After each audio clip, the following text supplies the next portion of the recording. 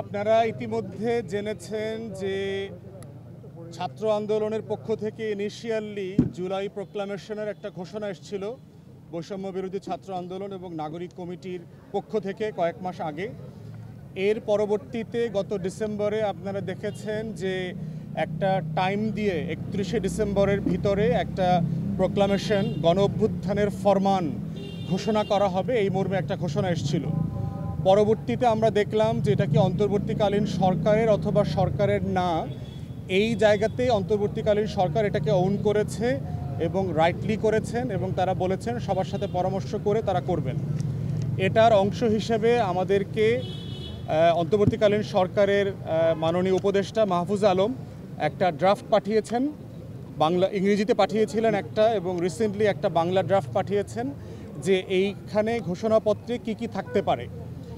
এটার ব্যাপারে আমরা 2-3 দিন আগে আমাদেরকে পাঠিয়েছেন, সম্ভবত 2 দিন আগে, এবং আমরা আমাদের দলের পক্ষ থেকে একটা রিটেন পরামর্শ দিয়েছি তাকে যে এই বিষয়গুলো আলোচনাতে আসতে পারে। এর বাইরে হচ্ছে আমরা প্রথমত অন্তর্বর্তীকালীন সরকারকে সাধুবাদ জানাচ্ছি যে এইরকম একটা ঐতিহাসিক দলিল তৈরি করবার ক্ষেত্রে তারা যে এই দায়িত্বটা নিয়েছেন। আজকের আলোচনার সারমর্ম হচ্ছে এবি পার্টির পক্ষ থেকে আমরা বলেছি যে শব্দে শব্দে সব কিছু আমাদের সব দলের একমত হওয়াটা কঠিন এবং প্রয়োজনও নাই। আমাদের যেটা একমত হওয়া দরকার এটা হচ্ছে প্রক্রিয়াটা একমত হওয়া দরকার, যে কোন প্রসেস ফলো করে এই ঘোষণাপত্রটা অথবা এই গণ অভ্যুত্থানের ফরমান লিখিত হবে এবং সকল দল এটাকে সম্মতির ভিত্তিতে অ্যাকসেপ্ট করবে, অ্যাডপ্ট করে নেবে আমাদের স্বাধীনতার ঘোষণাপত্রের মতো। সেক্ষেত্রে বিভিন্ন রাজনৈতিক দলের পক্ষ থেকে পরামর্শ এসছে যে সংবিধান সংস্কার কমিশনকে দায়িত্বটা দেয়া যায় কিনা, অথবা এই রকম অন্য কোনো কমিটি অথবা কমিশনকে দায়িত্ব দেয়া যায় কিনা যারা সকল রাজনৈতিক দলের সাথে পরামর্শ করে তাদের ফিডব্যাক নিয়ে মূল্যায়ন নিয়ে একটা ঘোষণাপত্র, একটা ফরমান সরকারের পক্ষ থেকে ফরমালি জানাবেন জাতির উদ্দেশ্যে যে জুলাই আগস্টে এই ফ্যাসিবাদ বিরোধী আন্দোলনের আকাঙ্ক্ষাটা কী ছিল।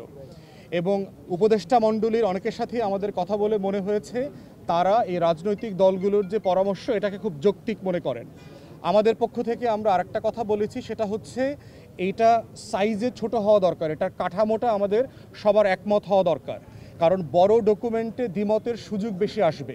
হিস্টোরিক্যালি আমরা অনেকগুলো এক্সাম্পল দিয়েছি, মেঘনা কার্টা থেকে শুরু করে স্বাধীনতার ঘোষণাপত্র এবং অন্যান্য যে হিস্টোরিক্যাল ডকুমেন্ট আছে সেটার মোতাবেক করে এটাকে ছোট করা দরকার।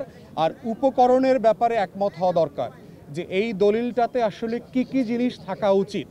শব্দে, বাক্যে, ভাষায়, প্যারাগ্রাফের পার্থক্যর ঊর্ধ্বে উঠে রাজনৈতিক দল আকারে আমরা বোধ করছি আমাদের দায় হচ্ছে উপকরণের ব্যাপারে একমত হওয়া। এবং এবি পার্টির পক্ষ থেকে আমাদের কয়েকটা উপকরণ যেটা এই দলিলে থাকা উচিত বলে আমরা মনে করি সেগুলো বলেছি।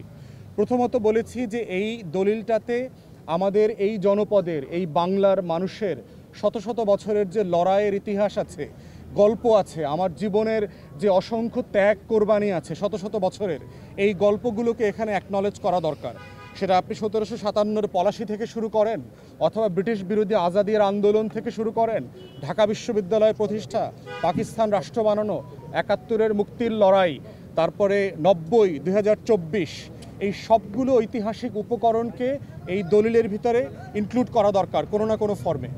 দ্বিতীয়ত হচ্ছে 24-এর গণ অভ্যুত্থানে যারা 3 মাস ধরে অংশগ্রহণ করে চরম স্যাক্রিফাইস করেছেন তারা যেমন গুরুত্বপূর্ণ, এই আন্দোলনটাকে 16 বছর ধরে রাজনৈতিক দলগুলো যে ত্যাগ তিতিক্ষা এবং কোরবানির ভিতরে শাহাদাতের মধ্য দিয়ে এটাকে ধরে রেখেছেন তাদের অবদানকেও স্বীকার করতে হবে।